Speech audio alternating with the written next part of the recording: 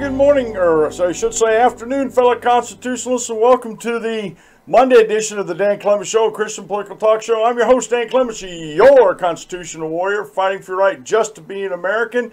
It is January 1st, 2018. Happy New Year, folks. Remember, we're a hyphen-free, PC-free zone. God is still in control, and He does love you. And we do what we do here at the Dan Clements Show, knowing the fear of the Lord, we persuade folks of the truth. And I'm broadcasting live from the Sub-Zero Hemlock Studios here in the beautiful Central Susquehanna Valley in the great Keystone State before the great John Wayne desk. Hopefully everybody had a good New Year's last night. Give me 1 second. I got to readjust one light. Let me play you a real quick song here, and we'll get the show going. I forgot to adjust one of my lights, okay?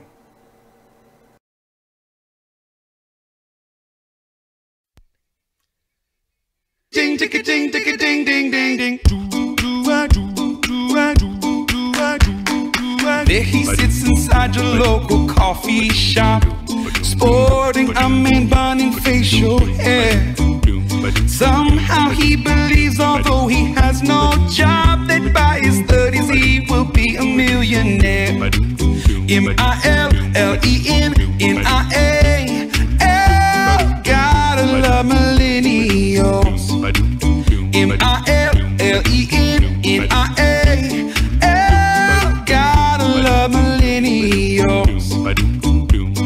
She posts lots of selfies on. Well, I can see that the volume wasn't working on that. I have no idea. I was having a couple other technical difficulties. That's why I was a few seconds late getting up on the show there. But it shows everything is... Oh, when it rains, it pours, folks. When it rains, it pours. Anyway, I'm sorry I had to adjust one of those lights there because it looks like it's a little bit dark here in the studios. And I don't know why. I have all my lights on. And but maybe it's because I'm wearing such a dark shirt. I don't know. Maybe everything's cold. It was when I woke up this morning. The temperature in Sunbury was -8 degrees this morning. It wasn't supposed to get down, but only in the low single digits, and it got down in the low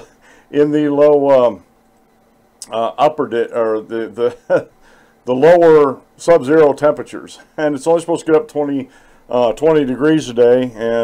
But the good news is my propane furnace is working very well, although it's using a lot of propane, and so I had to call the gas company today. I'm a new customer, and we're not sure how much gas this furnace is actually going to use during the winter, and I guess this is a pretty good test. I mean, this week is about as cold as it gets during the winter time usually. I remember 15 years ago, we had one December where we got a couple days. I mean, we got like an Alberta clipper that came through right off the North Pole and dropped us down into the sub-teens temperatures here. But hopefully we won't have that this year. But the furnace is able to keep up with the house, which is a good thing. It just used a lot of propane to do it. So hopefully we'll get a propane delivery tomorrow before our tanks run out. I went out this morning. We're going out every Monday and checking them. I went out this morning and we're down below 10%, which there's still quite a bit of gas in there. But, you know, with these real cold temperatures, we're using a lot of gas to keep the house warm because it's an older house and it's not completely insulated. So we do have to struggle with that. We're trying to get some things around to where we can get it insulated first thing in the spring. With my fibromyalgia, a lot of things had to be put on hold this year. So we're hopefully hoping for a more blessed 2018, that some financial things will break our way, at least to keep our heads above water. The show, we're looking to maybe do some different things in 2018. And this is something I've been toying with for quite a while. Because of it's not because of my time schedule, time restraints, because I don't work. However, I'm wondering if the payback on my full shows 5 days a week are worth the investment as far as the views and everything, because I'm like anybody else.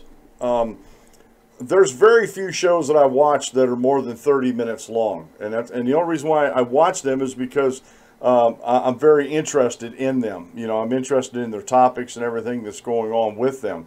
So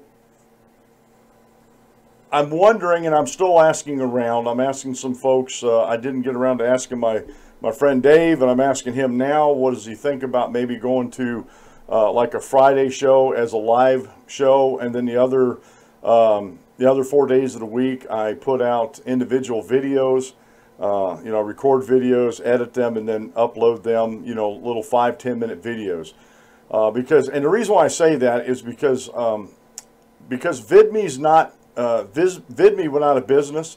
The business model they had was not sustainable because they're not going with any advertisers whatsoever. And there's a lot of folks on YouTube that do not want to go with advertisers either, which I think if you're running a business, especially like this, I think not wanting to have advertisers is foolish.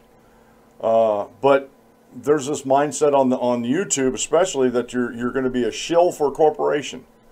I have the same idea as Paul Harvey had, that he tries out the products before he advertises them. And everything I have on here, all my affiliate links I've tried. I've either am using now, or I have tried them and found them to be very, very good in the past. I'm looking for just an example. We bought a foam mattress called Purple from a company called Purple out of Colorado. Me and my wife, we love it. We absolutely love this mattress, and I was going to wait. This week, I'm going to be putting an email out to them to see if I can become an affiliate marketer of theirs, or if they could sponsor me, or do something with them. Because I really like this product, and when I like a product, I like to share it with folks, and I don't consider that being a shill for corporation, because I'm using the product. And there's other YouTubers out there that are using some of the online products, like their VPN services that are out there, and as far as I'm concerned, I'm a capitalist, and as long as you're not breaking the law and you're making money, have at it. If these guys out here that want to be purist and don't want to, as far as don't want to be corporate shills, that's up to them. I mean, if that's the business model that they want to keep, then that's fine with me. I don't have any problems with it. But don't turn around and tell me because I might take corporate advertising that I'm becoming a shill for a company. It's ridiculous. Matter of fact, we used to, years ago, when I was just podcast only, I used to be with the Conservative Radio Network on Blog Talk Radio, and we advertised for each other all the time, and we got a lot of cross promotion doing that, and I saw nothing wrong with that. And if you go with the ideology of some of these folks today, then we wouldn't even be able to cross advertise for each other. Because some of us might be corporations, we might be corporations, and we might, and that'd be shilling for a corporation. You see where the logic, or the idea, or that lack of logic actually is when they do things like this. So again, I am looking for corporate sponsorships. I'm looking for more affiliate marketing. I am looking for I have a couple emails out, and I kind of figured I'd be waiting until after the first of the year anyway to get a response from them for some other things.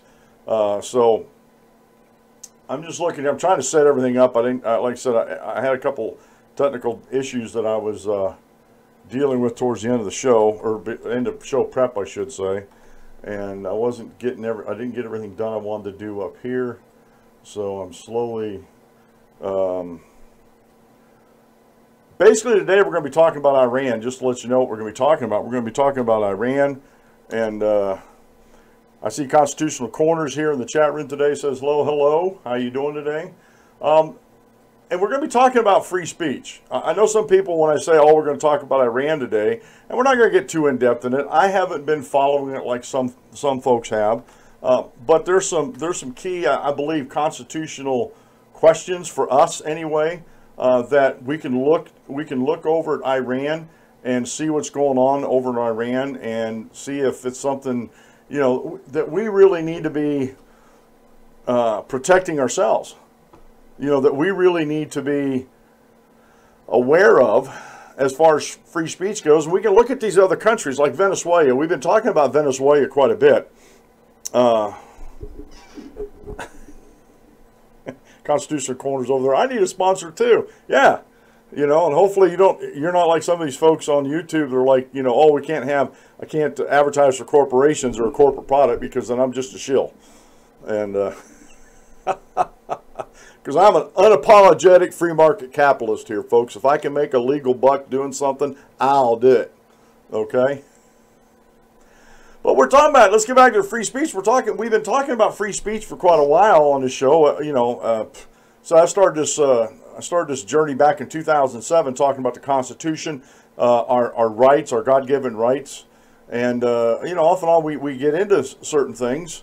And whenever I can use a teachable moment to teach something about either our Constitution or our rights or the exercise of our rights, I'll use it. And lately I've been talking about Iran and everything that's going on with Iran. And it's, again, it amazes me how many folks out there, I'm trying to find my controls here. That picture is way too dark. I don't know what's going on here. Hang on a second, folks. I'm trying to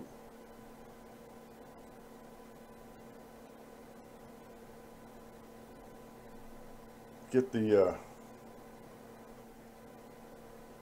for some reason, like I said, for some reason my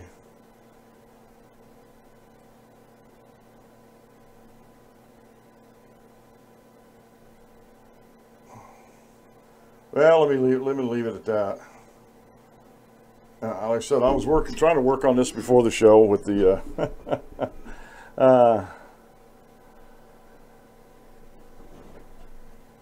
and since I have somebody here, Constitutional Corner, he or she, I'm not sure if it's a male or female, and I'm not going to assume anything until I'm told different. But they can tell me or back me up on some of the things that we're talking about here as far as the First Amendment, as far as free speech, and that's what I titled the show today. Can free speech survive in Iran?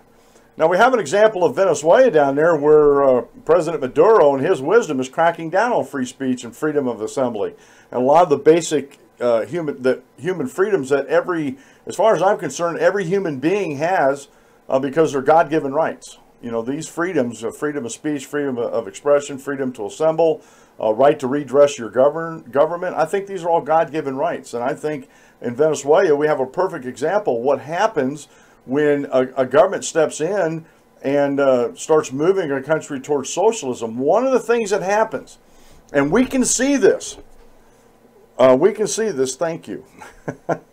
It's a she I'm talking to. I appreciate that. I hate being in the dark. But this is one of the things that we have a very good example of here in America here, as far as the social media and the absolute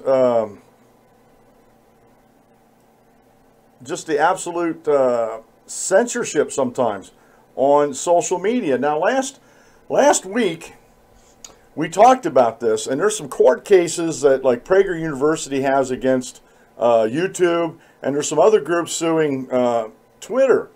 And some of the initial things that I saw in the news about this and some comments about this was, since both of these platforms, one of the things that they thrive on is freedom of speech, freedom of expression, that and the court cases have been settled, but these are the arguments that are going forward in these court cases, is that just because they're a corporation does not mean that they're allowed to censor folks just because of their ideology. Now, they can have reasonable terms of service, like they do, and if they follow those reasonable terms of service, a lot of the censorship that's going on, let's say on YouTube and Twitter, a lot of the censorship wouldn't be taking place. If they just followed their terms of service. Because just because I have a different opinion or I espouse a different ideology than you, as long as it isn't espousing killing somebody or terrorism or something like that, invoking violence against somebody else, which you can go back through my tweets and through my shows and see that I don't, then they should just leave it go. And I think some of these court cases are going to be very, very important. And I do come down on, and I try to keep my bias out of this, but I do come down on these businesses, and Twitter's a business, YouTube's a business, and these are the two biggest offenders of censorship, because the owners of both of these websites, these social media websites, are very regressive in their ideas. Anything that goes against their ideology sort of gets hammered, and anything that doesn't gets a pass, even though it might violate their terms of service. And there's been countless cases, and I don't want to get into going through all these cases on Twitter and on YouTube that free speech has actually been curtailed, and free exchange of ideas and that have been curtailed on both these. I think anybody with a modicum of just a minuscule amount of common sense can see that that's exactly what's going on here.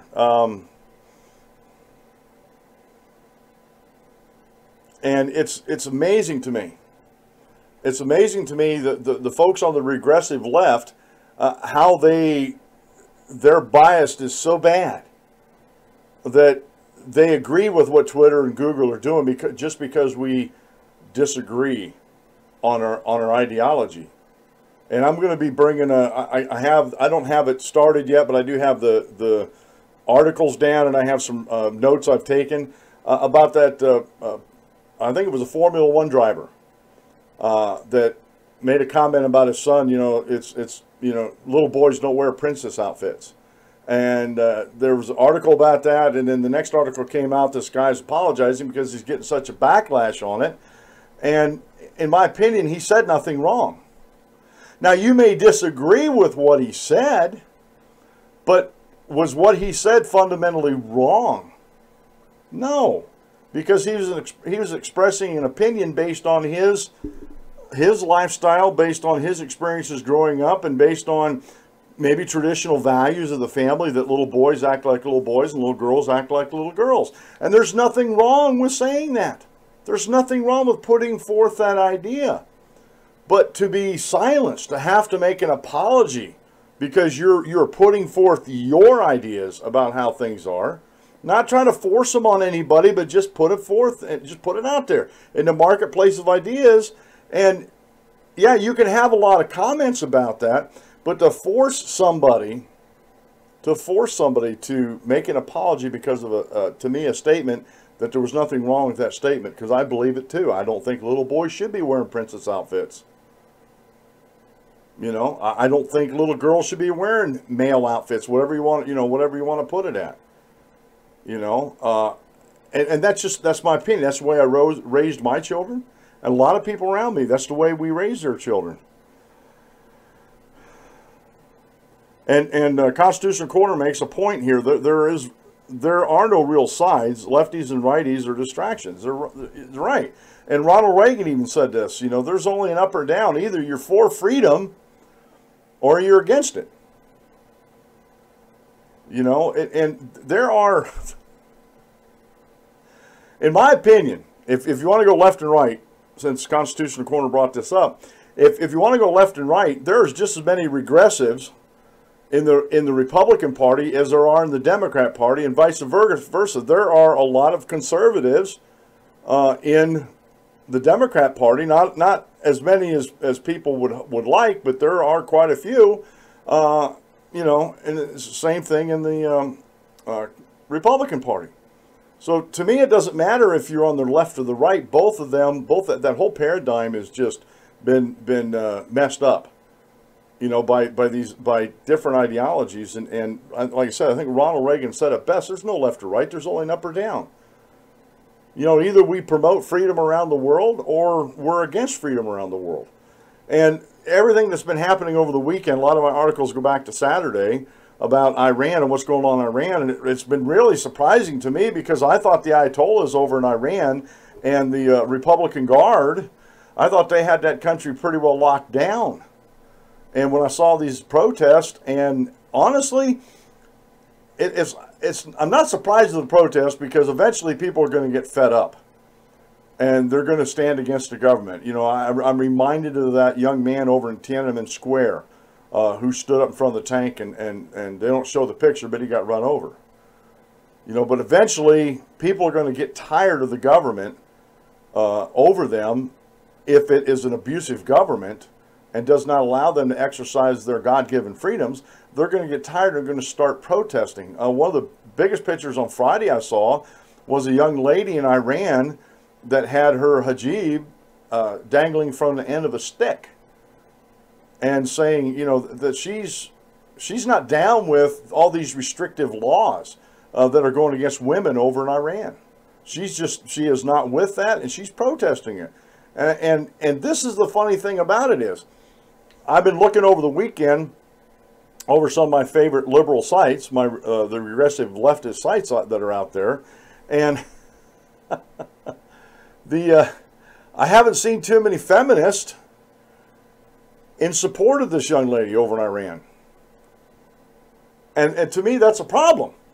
That is a huge, huge problem over in Iran, you know, or anywhere. That's a huge, huge problem with this. And so again, it is amazing to me how these people are just doing things that are supporting their ideas of freedom and everything, and that they want freedom, and some of these folks actually remember when freedom was, and how it actually went about. And it's amazing to me how these countries have kept these people suppressed for so long.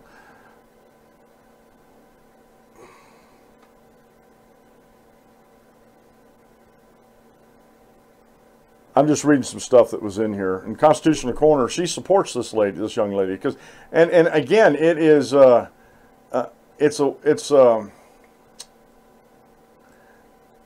a matter of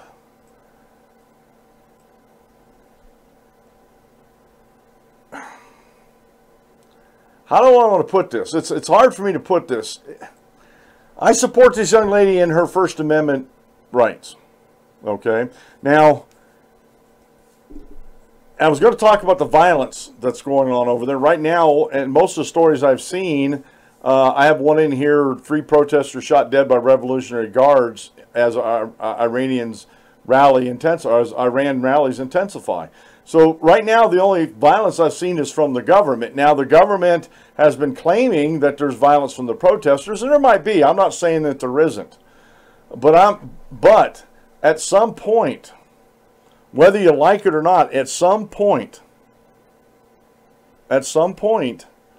there may have to be those that are in support of freedoms and freedom of speech, freedom of assembly, and right to redress your government. At some time, they may have to push back against their government. I mean, at one time in our country's history, a time that led up to the Revolutionary War, there was a time for talking and a time for legislation, and there was a time for action. They tried the peaceful rights. They tried, you know, the peaceful protests. They tried legislation, and especially the legislative route. Parliament over in England kept just knocking down their self-governance laws here in the colonies. And it came to a point where Britain had enough of these colonists, you know, all the shenanigans that were going on, you know, in their minds, there were shenanigans that were going on. So they had enough of that. And so they sent troops over. They tried to take away their weapons at Bunker Hill. That was an arsenal. Their gunpowder and weapons there. And, you know, those were the shots that were heard around the world. And that was literally the start of the Revolutionary War, the physical start of the Revolutionary War. And we all know what happened after that. So at some point, if the government doesn't cave, if the government doesn't come to its senses, then it will be forced to come to its senses. And will there be a lot of bloodshed? Yes, we see that happening down in Venezuela. There's a lot of people that are dying down there in protest trying to go up against the government. And they're trying to be peaceful at first, but the government, Maduro and his military, is trying to shut them down. And in my opinion, that's the wrong thing to do, because that's only going to intensify your opponents. I'm not trying to give Maduro any advice, but you know, that's always historically been the wrong thing to do, because it encourages your opponents, and it gives them sympathy.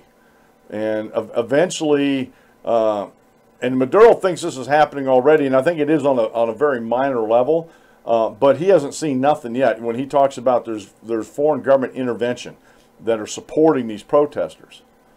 And there might be some lip service being paid to the protesters, but and however, he hasn't seen nothing yet.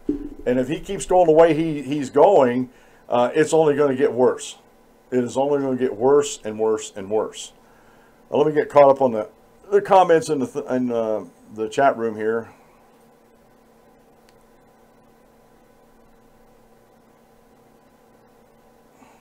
Yeah. A government is not reason. It's not eloquent like fire. It's force. And it's a dangerous servant and fearful master. Never should it be left to its irresponsible actions. And that's why we set up the government we've set up here in the United States. We are a constitutional republic. Now, we have allowed the federal government to get outside of its constitutional chains. And it's going to take a while, and it's going to be very painful to get the federal government back into its constitutional chains. But it can be done. Is it easy? No.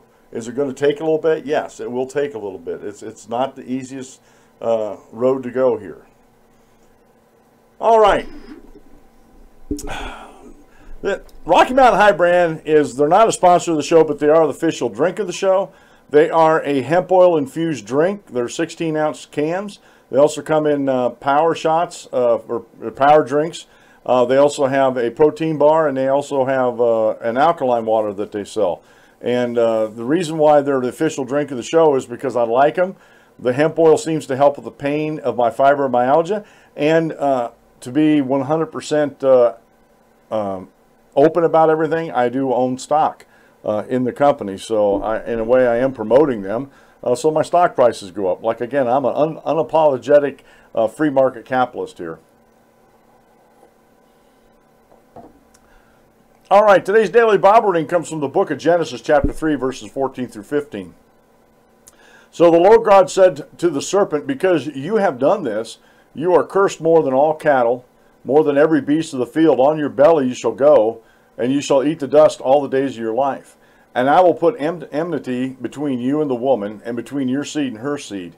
He shall bruise your head, and you shall bruise his heel.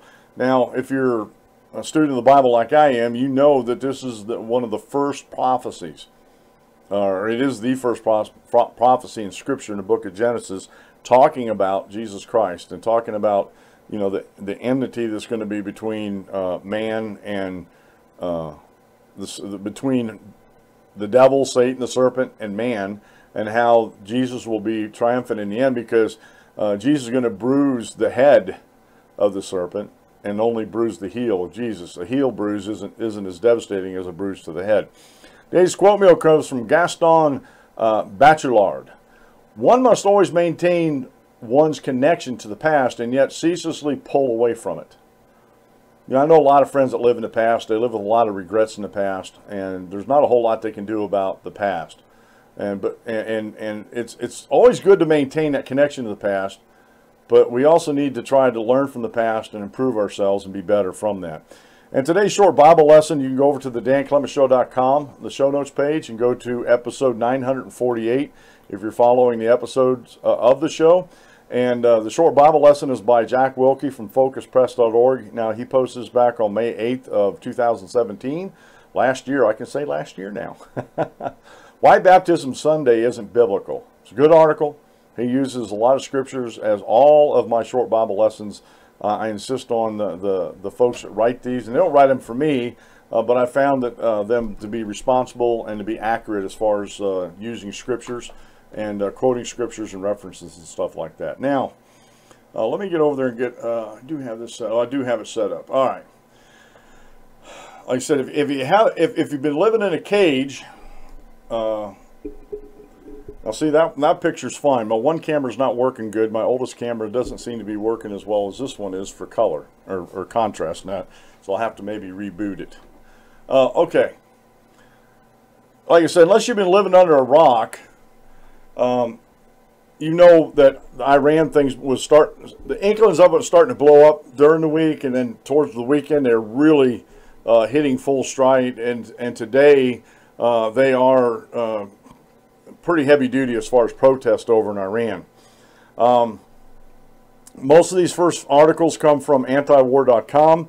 That's one of my favorite sources when it comes to especially stuff in the Middle East, because they are anti-war, and as I think we all should be anti-war, except when we absolutely need to. And I don't want to really go in and explain that. I am not a war hawk, neither am I a dove.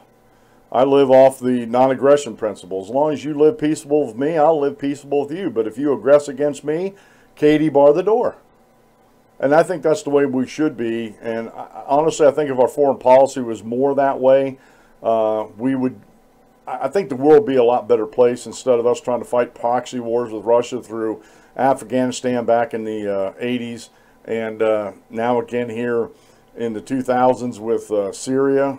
Some have likened that to a proxy war, almost the same, not the same in intensity, but the same ideology as back in the Afghan days in the 80s when we were supporting the Mohammad-Javad, the locals over there that turned into be the Taliban eventually.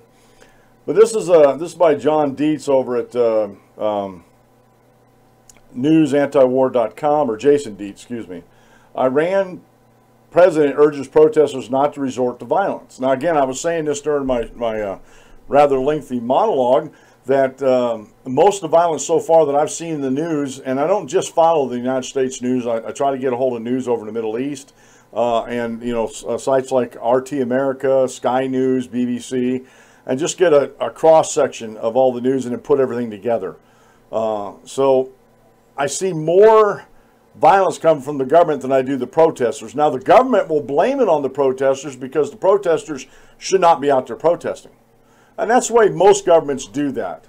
You know, most pro-government folks, most pro-government folks believe that, like my son and I we got into a conversation about Antifa out in Berkeley when they pretty much trashed the place out there. And he didn't see, and like I said, a lot of young folks, and I thought I raised him better than this, but he's been corrupted by a lot of liberal friends that he hangs around, plus he's a member of a union where he works, so that doesn't help matters either. But he felt if the speakers didn't come to Berkeley, then the riots wouldn't have happened. You know, he's on that side of the equation. I said, well, wait a minute. I said, these speakers were legally and lawfully invited by groups that were allowed to be there on the campus. They were students of Berkeley that had formed these groups, and they invite speakers. And they do it both, you know, it doesn't matter if you're young Republican or the Democrats or whatever. There's a lot of different groups on college campuses, and they invite speakers all the time. And so his idea was, well, if they didn't invite these inflammatory speakers, there wouldn't be riots. And I'm like, but you can't justify the riots because of that. And he sort of looked at me and said, what do you mean I can't justify? You can't. You're stopping someone's freedom of speech.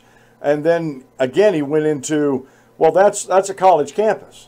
And I said, no. I said, you forget that they were invited there by folks that are legally allowed to be there on campus. So you are stifling somebody else's freedom of speech and folks' right to assemble is in there too, because the protest shut down the whole thing. Not only the speaker coming in, but the actual assembly. I've showed videos and had stories on here where conservative groups were meeting on a college campus. All you got to do is go over to college or campusreform.com, and you can see a lot of these stories where these young conservatives or young Republicans were having a meeting in the basement of a library building, out of the way. You actually had to be going there to get there. It wasn't like you just passed them in the hallway and heard what they were saying. You had to be going there to get there. And a couple of them identified as Antifa but they came in and disrupted and pretty much shut down this meeting they're having, and they were discussing ideas, you know, about a lot of the same ideas we discuss on this program almost on a daily basis. And again, like I said, they had to go there to get there.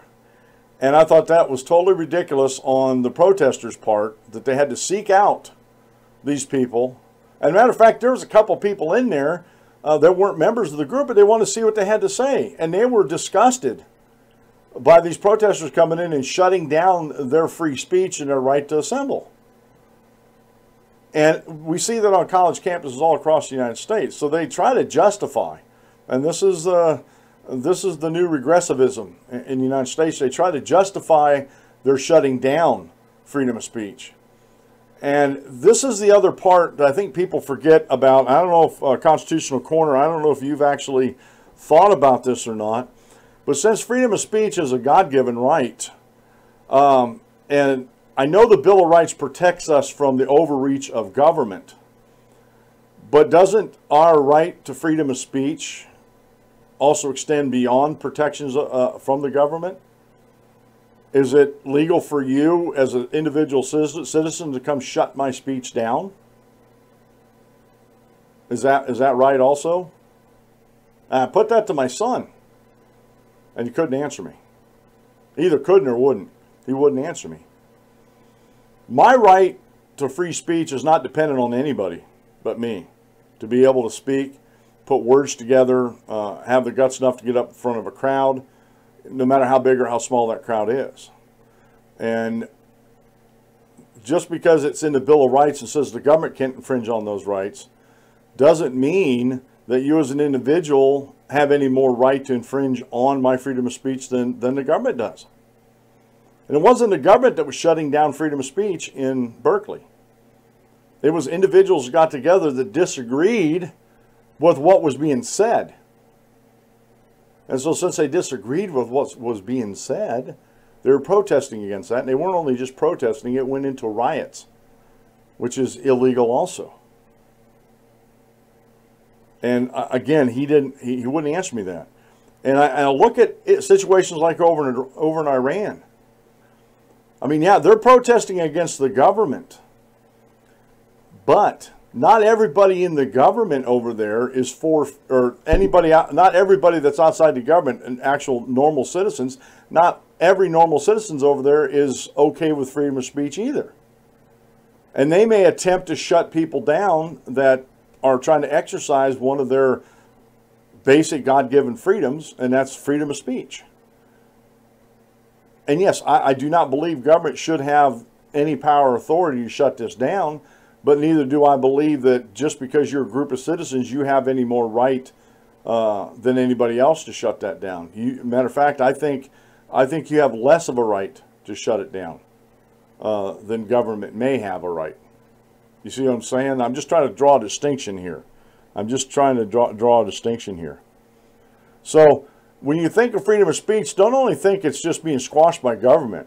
Like I said, it could be individuals or groups that are outside of the government that may agree with the government, saying you shouldn't have this right of freedom of speech. And so this article by Jason here, he says, attempts by the Iranian government to shut down broad swaths of social media appear to have little effect, and crackdowns over the previous days have begun. And this is one of the reasons why I like using antiwar.com is a lot of these articles are well researched and well referenced. You can actually go and run these references. Previous days have again failed to keep protesters off the streets demanding change. The protests began small as economic protest about the government's failure to come through on pledges of economic growth and more jobs. These grew and fairly quickly turned into hostility towards Ayatollah Ali Khamenei. I have a hard time keeping all these Ayatollahs straight over there. And the violent crackdowns on demonstrators have only added to the size of the protest. So again, it's the government crackdown on these protests is actually causing the violence, if you want to be truthful about it. But the way some of these totalitarian, authoritarian governments operate is if the person wasn't there protesting to begin with, we wouldn't have to use force to shut down the free speech. And that, to me, that's backwards. That is totally backwards from what it should be. It really is. This has resulted in the largest anti-government protests in Iran since 2009, with protesters shouting death to the dictator and clashing with riot police. While not as large, there have also been reports of counter-protest at some universities expressing support for the government. So again, we have to me, this is almost like a Berkeley type situation here. You have, and again, Antifa, I laugh when I got to think about these guys because they are so idiotic in their ideology. Because we're fighting fascism.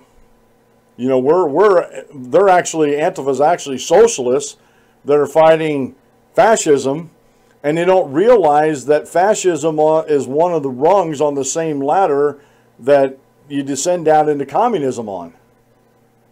Their socialism has just gone a step further than fascism, and that's where I got to laugh about these Antifa groups. Oh, we're democratic socialists. They try to make it sound so non-threatening.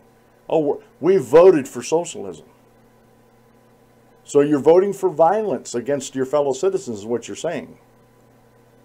Because whether, as far as I'm concerned, whether a tyrant takes power by force or through an election, i.e. Venezuela, they're still tyrants, aren't they?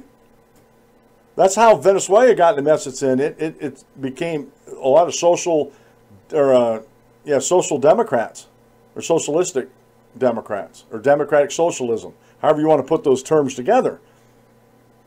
That's how Hugo Chavez came into power, through this democratic socialism, that we voted this in. Oh, you know, the evil corporations are ripping you blind, and they weren't. They weren't, but that's how they framed it. And so they had enough people that believed it, and voila, voila, abracadabra, you got socialism. Because you voted it in, and it's still a tyrant. I got in a discussion with somebody on Facebook about this. What do you mean? We voted for this. How can that be more dangerous than someone taking it by force? Because you literally are taking it by force. You're authorizing the federal government that you voted these democratic socialists into to use force, i.e. law, to take what's mine and redistribute to somebody else. Just because you did it through the voting box, just because you did it through a democratic process, doesn't make it any less fearful or any less authoritarian or tyrannical. It just doesn't. And you really need, if you think it does, you really need to sit down and think about that. You really need to just take time out of your day, quit looking at everything else, and really sit down with a dictionary, start defining some terms, and doing some meditating on it. Because whether a tyrant takes power by force or through the ballot box, the outcome's the same. An authoritarian government as you have. So I just wanted to point this out, that they didn't want the protesters to resort to violence, yet the government's out there cracking down on the Iranian people's freedom of speech, freedom to assemble, and right to redress their government, which again I believe are God-given rights. Whether a government recognizes those rights, to me, is immaterial. And again, let me reiterate one of my Danisms out here, that in America, and I believe this throughout the world, I believe people are actually sovereign, because people have always come before governments.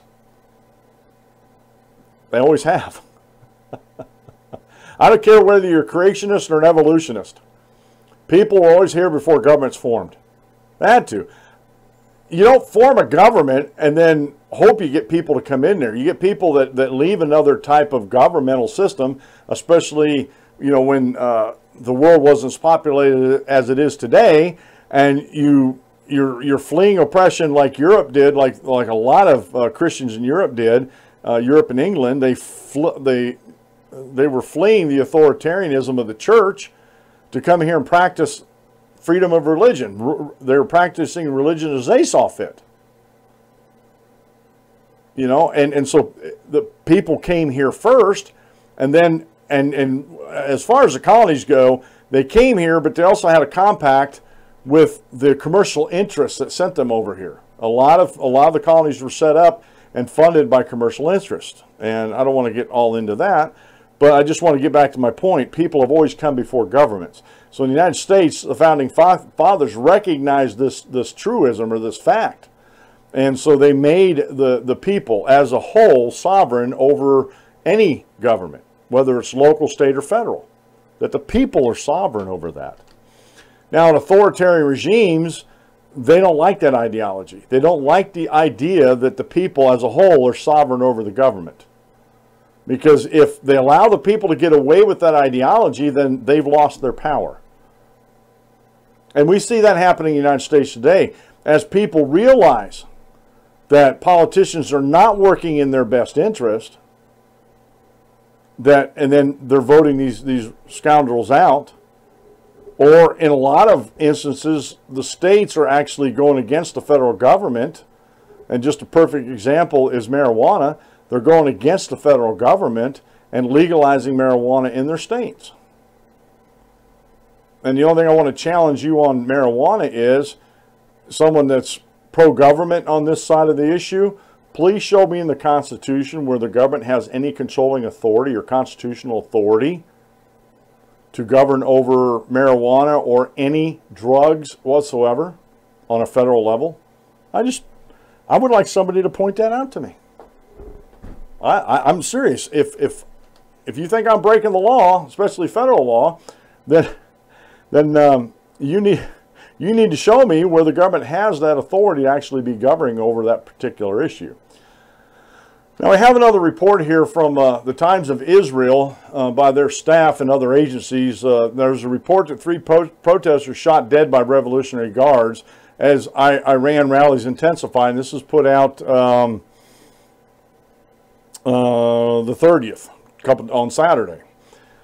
3 Iranian protesters were shot dead by the Revolutionary Guard at a Saturday night demonstration in central Iran. The Saudi-owned network reported, citing local reports. There was no immediate confirmation of the incident, which reportedly took place in Darood in the Loristan province.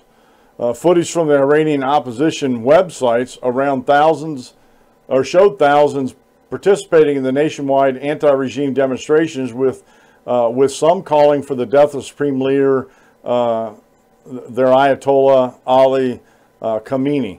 Iran social media accounts posted videos of demonstrators tearing down regime billboards featuring Khamenei's photo. A swirl of online rumors combined with travel restrictions and near total media blackout from official agencies made it difficult to verify footage.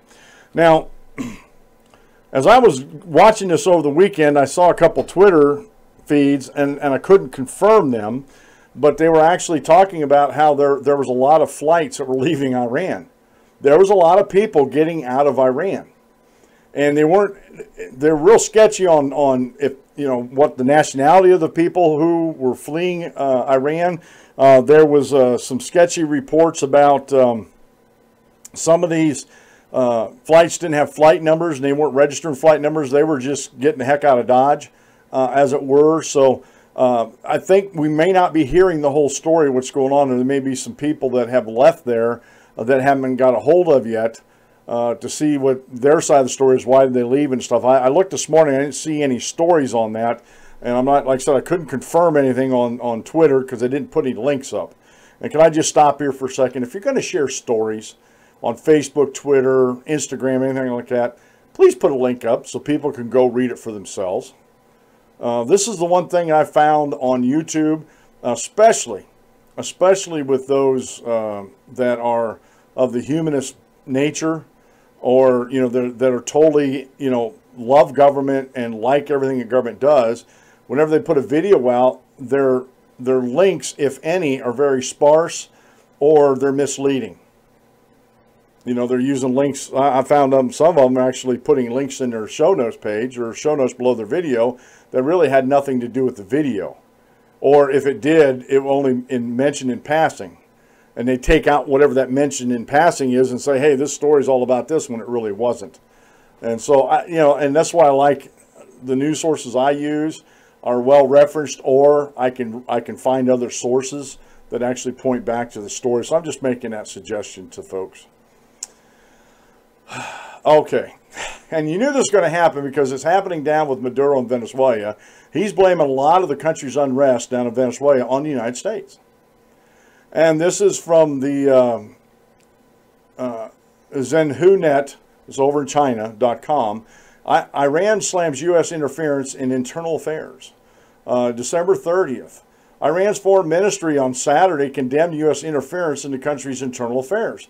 In a statement on Saturday, foreign ministry spokesman Bahram Khwarizmi said that meddling remarks, boy, I like the way they write some of these things, that meddling remarks of the U.S. president and his support for recent protests in some Iranian cities are opportunistic and deceitful. On Friday, protests erupted in some Iranian major cities over the government's potential move to raise the prices of some basic commodities, including fuel and bread. And let me stop the reading here. Iran does not have a free market economy. They don't. It is controlled by the theocracy over there, the authoritarian government over there. So people are out there protesting because the price of basic needs that are not priced because of the free market, but by arbitrary means of an authoritarian government, they're out there protesting that. In the capital of Tehran, holy cities of Mashhad and Qom, as well as Isfahan and Qazvin, people looked to the streets to protest, or took to the streets to protest the mishandling of the economy by President Hassan Rouhani's administration. The videos posted on social media showed police trying to disperse the crowd by using tear gas and water cannons. Now, can I interject something here without getting in too much trouble? Because although throughout Barack Obama's presidency, I was a very vocal critic of a lot of his policies. The one I was most critical about was when he refused to help the protesters back in 2009, if you recall this, keep open social media for them. Now, times have changed, and we don't see the same actions of President Trump here as we did of President Obama in 2009. President Obama literally made it so hard for the Iranian people who are protesting to use any outside social media that they couldn't communicate with each other without being monitored by the government. So he wasn't helping them at all. And we're talking about issue of free speech here, keeping channels of communication open for the people. We're not talking about aiding materially as far as weapons or supplies like that. We're talking about keeping the channels or the means of free speech open in a very authoritarian country. Now, we don't see President Trump making any moves to shut down any type of social media or help Iran in any way, shape, or form to do the same. And so they're really having a problem over in Iran right now because these folks are able to coordinate on social media and talk about their ideas and really able to accomplish some of the goals that you're trying to accomplish here. So, but you knew this was coming. If you didn't, like I said, I'm a sort of a politico, and anytime I see any unrest by a country we deem as an exporter of terrorism, like we do Iran, that this was always going to come out. Same with Venezuela. Anytime something happens, they're always blaming it not on them. Oh, God forbid if it's the regime that's in power in Venezuela at the time. Can't be our fault because we're doing all this for the people. Why are the people so upset at us? And the same thing's happening over in Iran. You know, like again, they don't have free markets over there. Now, do they have oil money? Yes, they have oil money. But what do they spend most of their oil money on? And this isn't a hard question to answer, folks. They spend it on military expenditures, which includes giving money and war materials to the terrorists. That takes a lot of money. That's a lot of money out of your country's coffers, as it were. And here's a story from Haaretz.com. This is an Israeli news service. Iran blocks Instagram, Telegram to maintain peace and protest. Iranian authorities, this was posted on December 31st, Sunday. Iranian authorities on Sunday temporarily blocked Instagram and the messaging app Telegram to maintain peace amid protest, state TV said. The Telegram messaging application shut down one of its channels per the Iranian regime's request on Saturday, the third day of protest in the Islamic Republic, after it reportedly violated the popular application's terms of use by promoting the use of violence. In a tweet addressed to Telegram CEO and founder Pavel Durov, Mohammad-Javad Azari Jaharami, wow, I thought 3 names in somebody's names was too long. Iran's Minister of Information and Communication Technology wrote, a Telegram channel is encouraging hateful conduct, use of Molotov cocktails and armed uprising and social unrest. Now it is time to stop such encouragement via Telegram. Now, were they, and it's hard to find some of the stuff. I don't have a research staff here. But were they promoting it or just showing it? And is showing something promoting it? Those are some questions you have to ask. And they have pictures down through here where protesters are gathered out over the high cost of living in Tehran. And there's some other ones down here. I think there was another, maybe not. Okay.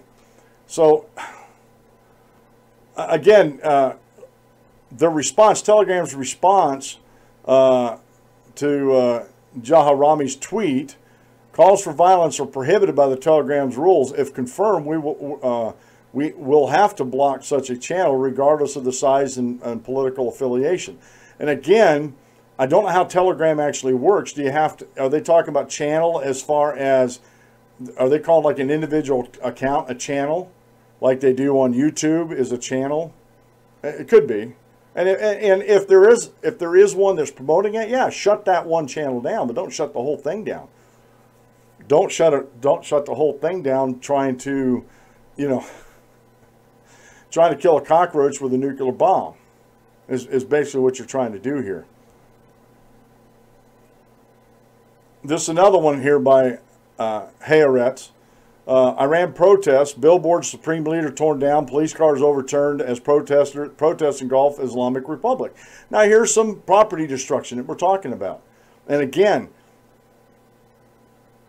I have to question, and this is a question we should always answer until we find out different, or we find the answer to, because we're talking about an authoritarian regime.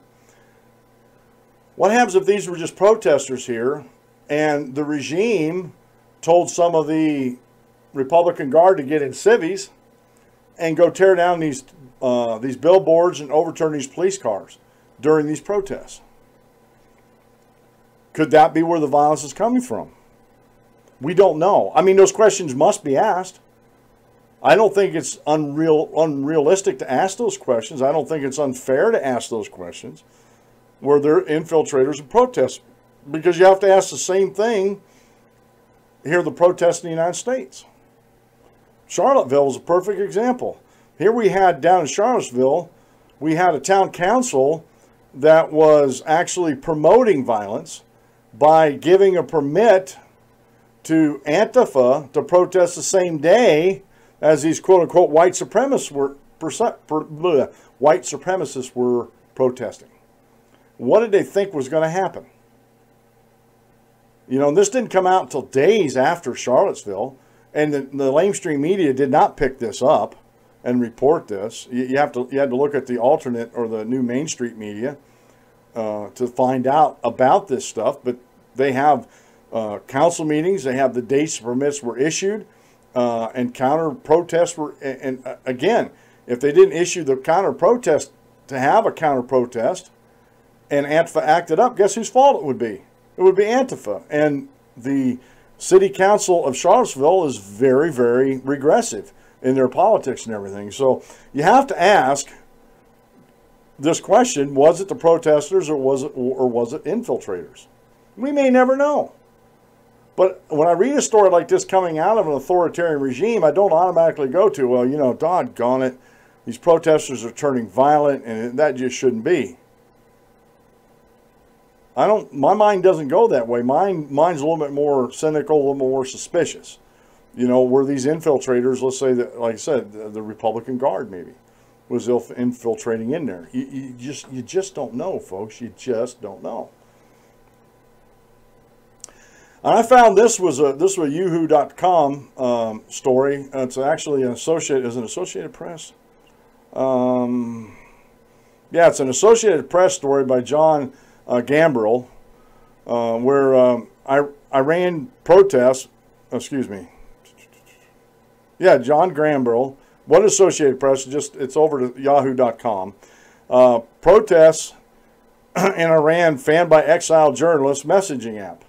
On August 1st, 2015, never mind. There's a caption underneath the picture that's in the story here. Dubai, United Arab Emirates. As protests over Iran's failing economy rapidly spread across the country, a channel on a mobile messaging app ran by an exiled journalist helped fan the passions of some of those who took to the streets. The Telegram app closed a channel run by Ruhollah Zam after Iranian authorities complained that it was inciting violence just hours before the government shut down the app entirely on Sunday. Zam, who denies the allegations, meanwhile launched a new channel to spread messages about upcoming protests and share videos from demonstrations. What happens next could influence the future course of the largest protest in Iran since 2009. It's hard to overstate the power of Telegram in Iran. Of its 80 million people, an estimated 40 million use the free app created by Russian national Pavel Durov. Its clients share videos and photos, subscribing to groups where everyone from politicians to poets broadcast to fellow users. While authorities ban social media websites like Facebook and Twitter and censor others, Telegram users can say nearly anything. In the last presidential election, the app played a big role in motivating turnout and spreading political screeds. Telegram touts itself as being highly encrypted and allows users to set the messages to self-destruct after a certain period, making it a favorite among activists and others concerned about their privacy.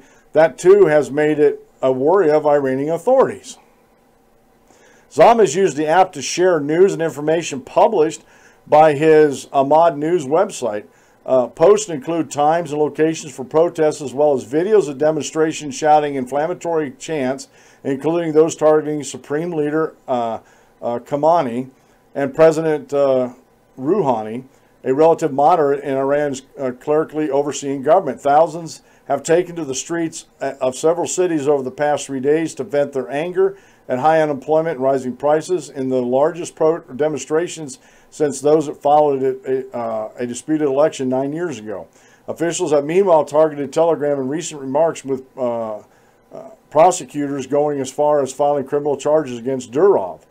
On Sunday, Iran's telecommunications minister, Jarami, wrote to Durov on Twitter complaining Ahmad News was encouraging hateful conduct, use of Molotov cocktails amid uprising and social unrest. And again, we read this already. There's responses to this, and this is his Telegram app. Telegram app. But we don't see the United States trying to step in like they did in 2009 and allow. And this is why Twitter and Facebook isn't there anymore, because the Obama administration helped Iran block these and did nothing. Did nothing to promote freedom of speech in Iran. Matter of fact, all of the Obama administration's actions when it came to that in 2009 were to help the regime, not the people, not help protect the freedom of speech or anything like that. There's another story here, Huffington Post, and again, I put this in. I read through this. I don't see anything wrong with it, so I'll leave it up here from the Huffington Post. But the HuffPo is not one of my go-to news sources. It really isn't. But they did the story. It's the first one I've seen. It was pretty accurate, so I'm going to go with it. This is by Michael Gregory. And this was posted on today. It was posted today. 10 people were killed during street protests in Iran on Sunday, state television said on Monday. The nationwide protests have drawn in tens of thousands of people and represented the boldest challenge to Iranians' leadership since pro-reform unrest in 2009. Calls for more demonstrations on Monday raised the possibility of prolonged instability.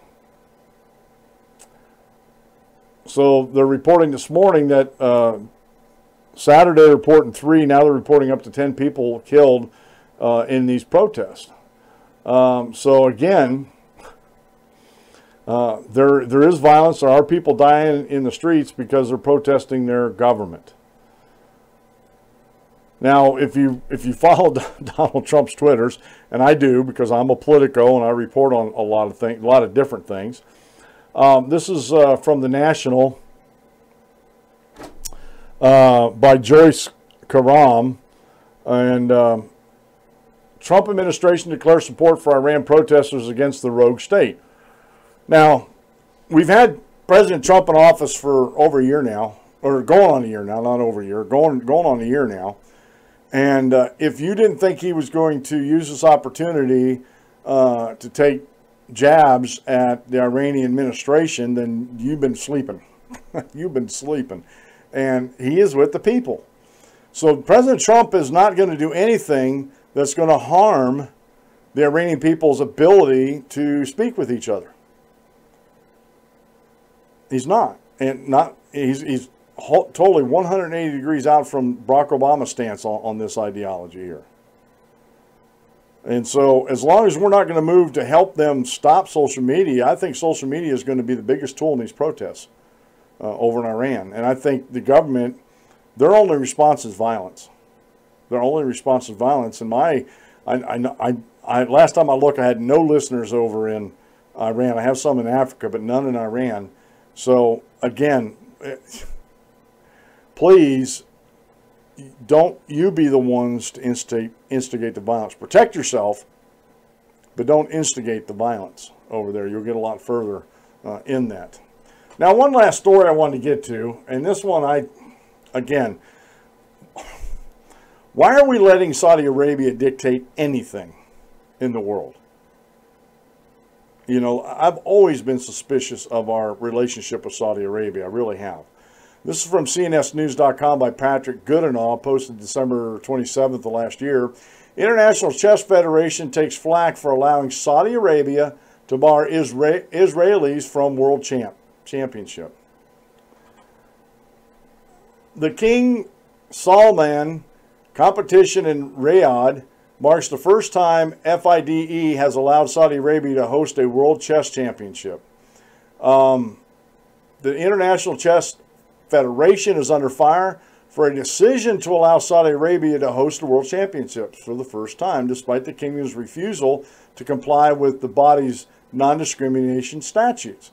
Ahead of the King Salman World Championships now underway in Riyadh, the federation, known by the acronym FIDE, touted the fact that it had negotiated permission for female players to compete without wearing a hijab or headscarf, or the abaya, the body covering black cloak Saudi women must wear in public. Instead, women are required to wear dark blue or black formal trouser suits with high-necked white blouses. FIDE noted that the absence of strict Islamic dress requirements for women was a first for any sporting event in Saudi Arabia. It came just months after. It talks about how it actually, they were talking about this for a while here, but down a little further down in the article here, but the FIDE secured permission to have their dress requirements relaxed for the December 26-30 event. It appeared unable to shift the Saudis on another key dogma, the boycott of Israel. FIDE said in an earlier statement that it has raised with organizers that there may be problems for players from certain countries. FIDE had not been advised that any player was not able to participate, it said. FIDE is continuing to work with the organizers to ensure that visas will be issued to all players who have confirmed their participation. FIDE was able to get the Saudis to back down on the initial refusal to provide visas to players from Iran and Qatar. Iran is Saudi Arabia's chief regional rival, and the kingdom is leading a campaign to isolate Qatar over allegations of support of extremism. But then it goes on further down in here that talks about, but the statement was silent on Iran. And later, in a letter to FIDE, Israel Chess Foundation head Zavika Barkai pointed out that the absence of any reference in the statement to Israel, despite its claim that FIDE and the Saudi organizers are always ready to welcome any participant, Barkai asked FIDE to give an assurance that planned future Saudi-hosted events would be canceled for competition for Israel players who were denied visas. Again, here we have, I don't know why people look to Saudi Arabia as to be a leader in anything as far as human rights. They're one of the worst violators of human rights on the face of the planet. And here they're having a chess tournament there where they're dictating dress code for women. Now they relaxed it enough to where they don't have to wear the hijabs or the full covers. Okay? I can understand that. But not to allow competitors from another country like Israel to come there and compete, in my opinion, delegitimizes the whole world championship. Because I don't know how many people are coming from Israel, but there was at least one that qualified for the championship, and we'll never know if they might have taken the championship or not. So again, these results are going to be flawed. I don't follow I do play chess. I'm a lousy player, but I do play it. And I don't follow these championships, but in order to be totally legit, FIDE must be able to get every competitor that's qualified at the championship, period. And if you have countries that are unwilling to do it, don't hold it there, period. To me, it's just that simple. If Saudi Arabia wants to be a bunch of buttheads and act that way over in the Middle East, fine. You just don't have to coddle them. Just don't have your championships there. Have them at more friendlier countries that don't have these type of restrictions at all. And again, a lot of this, the way you dress can be seen as a free speech issue. The way you dress, your religious views. A lot of different things can be seen as a free speech issue. Right to assemble. Israeli chess champions have the right to assemble with fellow champions from other countries, who's going to be the world grandmaster of that tournament, and yet they're barred from that. A lot of these, and make no mistake about it, and I use this term lightly, as liberalized as Saudi Arabia has become, and it's like, oh, okay, in certain aspects, yes, a lot of aspects are still backwards. They have a long way to go, and they're still an authoritarian country. They're run by a king, an authoritarian king. And they're still living on rules and morals from 1,800 years ago in their country. And so my original question for the show is, and it still stands, can free speech survive in Iran? And I guess you could extend that question out. Can free speech thrive in a totalitarian government? And that's a good question we need to ask. I say no, it can't. But can free speech survive in Iran? Yes. I think it can if it comes from the people.